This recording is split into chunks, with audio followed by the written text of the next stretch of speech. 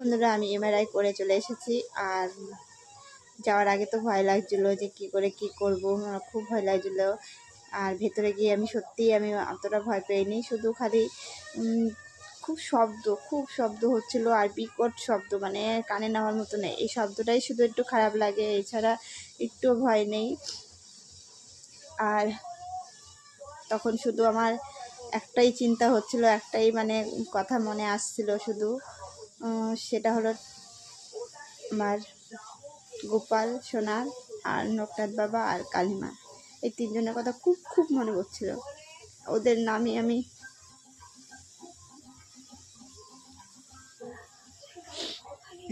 যাই হোক, আমি মানে কী বলতো, আমি তাকালে যদি ভয় পাই, এই জন্য আমি তাকাইনি, কারণ অনেকটা ভেতরে নিয়ে যায়। আমার পুতুল আমি যেরকম লম্বা ওরকম সাইজ ভেতরে ঢুকিয়ে দেয়।